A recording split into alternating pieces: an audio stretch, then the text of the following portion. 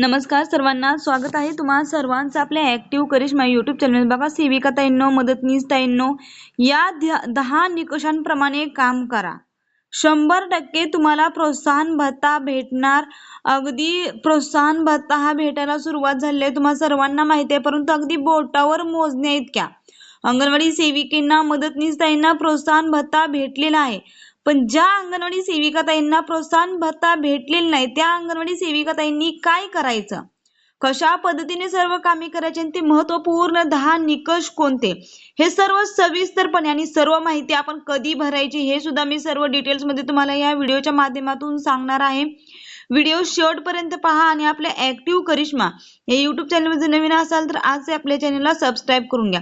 तर बघा ताईंनो, आपल्याला माहिती असेल की आपल्या महाराष्ट्र राज्यामध्ये 1,10,669 या अंगणवाडी सेविका आहेत आणि 1,10,669 या मदतनीस आहेत। म्हणजे एकूण आपला आकडा 2,21,338 एकूण आपली अंगणवाडी सेविका व मदतनीसांची संख्या आहे। परंतु ह्या संख्येनुसार फक्त 10,000 अंगणवाडी सेविका मदतनीस ताईंना प्रोत्साहन भत्ता भेटलेला आहे। म्हणजे 10% सुद्धा सेविका मदतनीसांना प्रोत्साहन भत्ता भेटलेला नाहीये।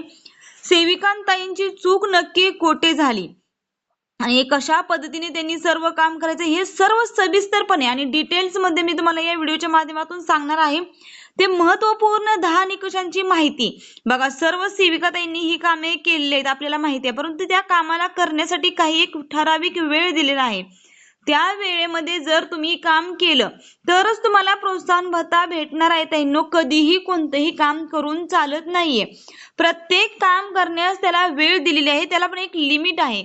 त्या लिमिट मध्ये जर तुम्ही काम करत असाल तर नक्कीच तुम्हाला प्रोत्साहन भत्ता भेटणार आहे।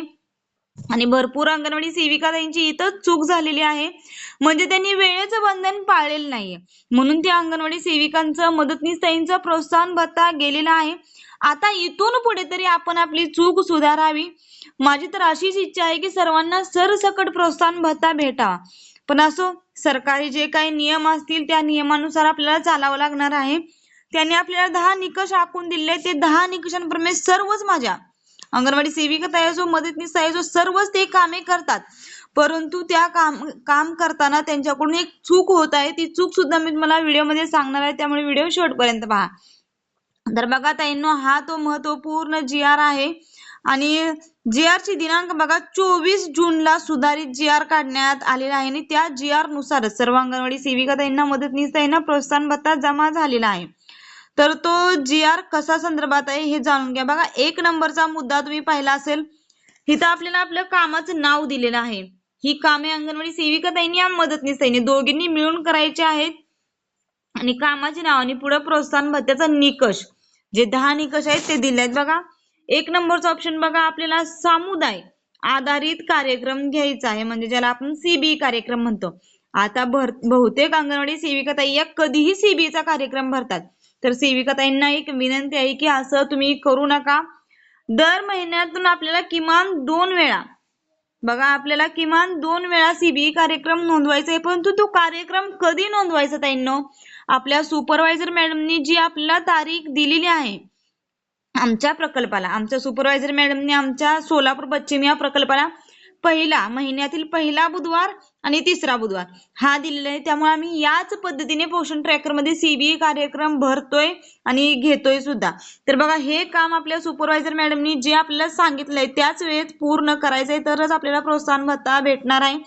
त्याच्यानंतर बघा ताईंनो, घरपोच आहार, ज्याला आपण THR म्हणतो, ज्याला टेक होम रेशन देखील म्हणतात। तर या जो THR आहे, तो THR आपल्याला दरमहा नोंदवायचा आहे, KYC करूनच नोंदवायचा आहे आणि तो नोंदणी झालेल्या लाभार्थी संख्येच्या 90% पेक्षा जास्त, म्हणजे 100% लाभार्थ्यांना जर द्यायचाच आहे, परंतु त्यांची आकडेवारी बघा, 25 जर लाभार्थी असतील पोषण ट्रॅकर मध्ये, जर 6 महिने ते 3 वर्षाचे गरोदर स्तनाचा जो काही आकडा असेल तो असू द्या, परंतु मुलांचा जर आकडा 25 लाभार्थी असेल तर 25च्या 25 जणांना THR देणे अपेक्षित आहे। जर आपण तेवढी आपली अट पूर्ण केली तर इथं सुद्धा आपला प्रोत्साहन भत्त्याचा हा निकष आपला पूर्ण होणार आहे। आणि याच्या संदर्भात महत्त्वाचे अपडेट म्हणजे 1 ते 5 तारीख जास्तीत जास्त 10 तारीख ही सरकारने पोषण ट्रॅकरच्या रेंजमुळे ठेवलेली आहे, परंतु ताईंनो 10 तारखेच्या आतच ही सर्व कामे करायची आहेत. एकही लाभार्थी आपला पेंडिंगला ठेवायचं नाही. सर्व लाभार्थ्यांना आपण THR वाटप केलेल्या मोबाईलमध्ये नोंद करायची आहे. त्याच्यानंतर बघा पुढचा ऑप्शन आहे 3 नंबरचा. बघा 3 नंबरचा निकष खूप महत्वाचा आहे. इथं भरपूर अंगणवाडी सेविका ताईंची मार्क गेलेली आहेत, तर ती मार्क कशा पद्धतीने गेली हे सुद्धा सर्व सविस्तर सांगणार आहे. तर बघा 3 ते 6 वर्ष वयोगटातील जी आपली बालके आहेत त्यांना आपण पूर्व शालेय शिक्षण द्यायचं आहे.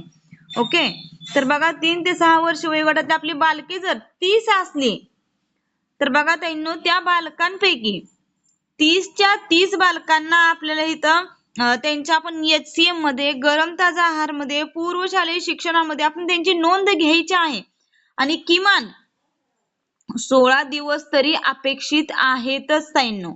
16 दिवस आपण त्यांची पूर्व शालेय शिक्षणाला नोंद घ्यायचीच आहे. जर 16 दिवसांपेक्षा जर कमी जर दिवस भरले तर इथं सुद्धा आपला प्रोत्साहन भत्ता जाणार आहे ताईंनो. म्हणून सर्व ताईंना माझी विनंती आहे की पोषण ट्रॅकर मध्ये, डेली ट्रॅकिंग मध्ये वेळोवेळी सर्व माहिती भरत चला.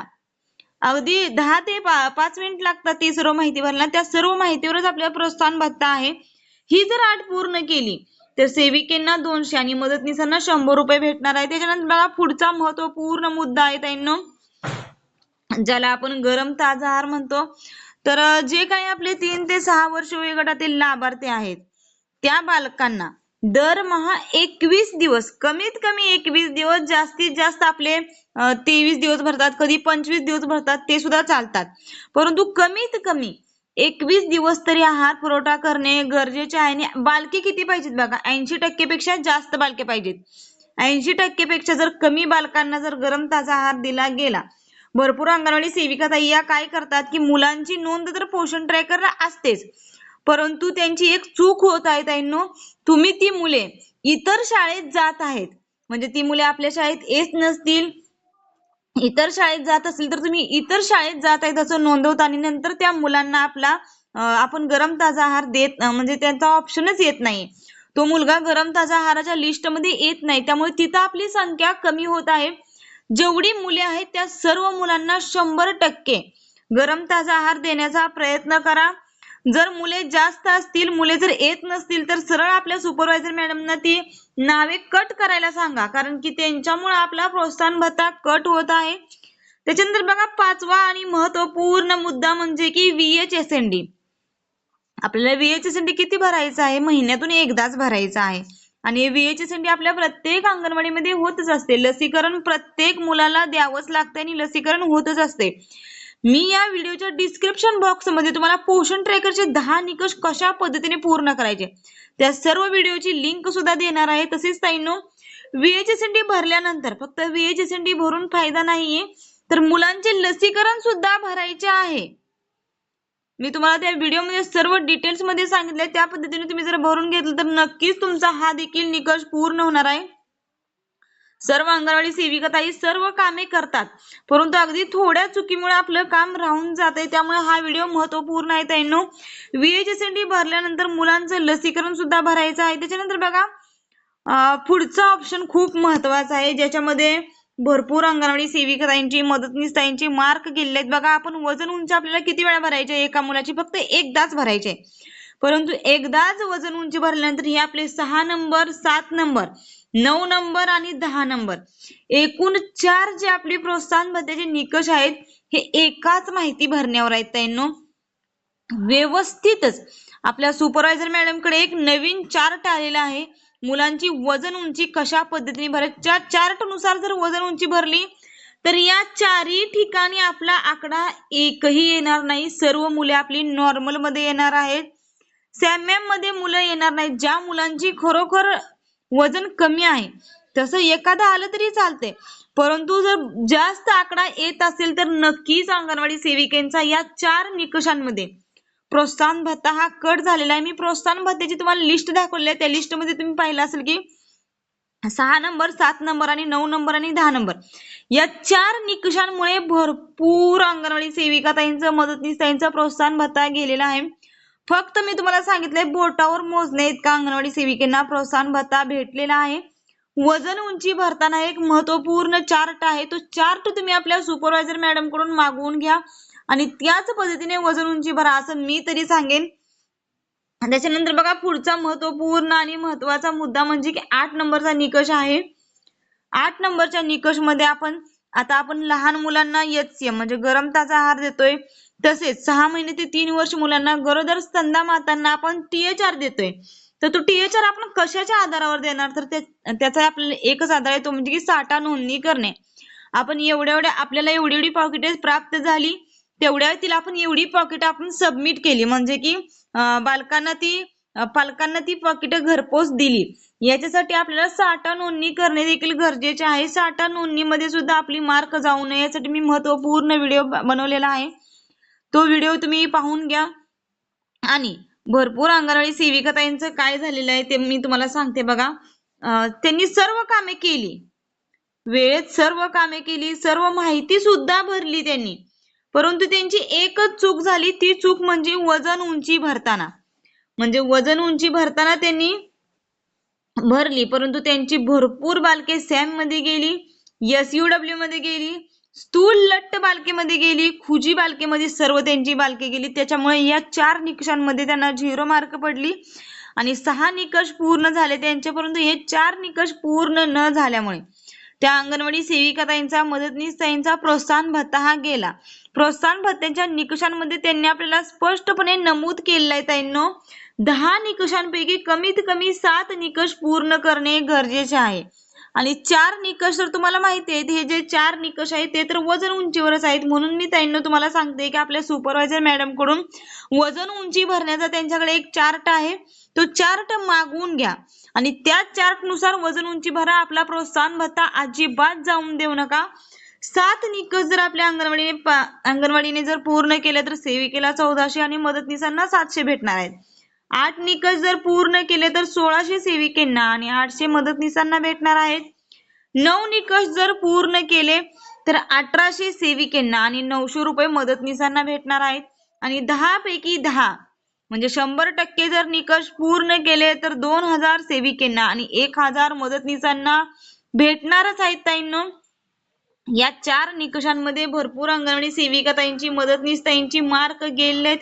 मी अजूनही त्या सेविकाताईंना मदतनीसताईंना विनंती करत आहे, तुमच्या सुपरवायझर मॅडम कडून तो चार्ट मागवून घ्या आणि त्या चार्ट नुसार माहिती भरा.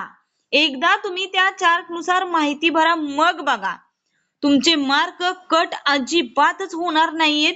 बीटच्या सरासरीपेक्षा आपला आकडा हा कमी असणे आवश्यक आहे. त्यामुळे जर तुम्ही त्या चार्ट प्रमाणे माहिती भरली, आकडा इथे येणार, परंतु जास्त जो येतोय तो जास्तीचा आकडा येणार नाही. व्यवस्थितरित्या आकडा म्हणजे थोडेफार लाभार्थी जे खरोखर त्यांना कुपोषित आहेत किंवा स्थूल आहेत त्यांचा आकडा येणार, परंतु जो जास्तीचा आकडा येत आहे तो जास्तीचा आकडा येणार नाही. व्हिडिओ हा खूप महत्वपूर्ण आहे ताईंनो. जे तुमचे आपले जे 10च्या 10 निकष आहेत ते सर्व 10च्या 10 निकष मी या व्हिडिओच्या माध्यमातून सांगण्याचा प्रयत्न केला आहे. जर तुम्ही या पद्धतीने जर काम केलं तर नक्कीच तुम्हाला 100% सर्व सेविकाताईंना मदतनीसताईंना हा प्रोत्साहन भत्ता भेटणार आहे. म्हणून हा व्हिडिओ महत्वपूर्ण आहे. जास्तीत जास्त अंगणवाडी ताईंना शेअर करा आणि अशाच फक्त अंगणवाडी संदर्भात नवनवीन अपडेटसाठी आणि माहितीसाठी तुम्ही आजच आपल्या ऍक्टिव्ह करिश्मा YouTube चॅनलला सबस्क्राईब करा. व्हिडिओ आवडला असेल तर एक लाईक नक्कीच करा. अजूनही तुमच्या काही अडचणी किंवा समस्या असतील तर ताईंनो मला कमेंट करून कळवा. मी सर्व ताईंच्या कमेंट वाचत असते, त्यांना रिप्लाय सुद्धा देत असते. तुमच्या ज्या काही पोषण ट्रॅकर संदर्भात अडचणी आहेत त्या मला तुम्ही कमेंट करून कळवा. मी नक्कीच तुम्हाला योग्य उत्तर देण्याचा प्रयत्न करणार आहे. धन्यवाद.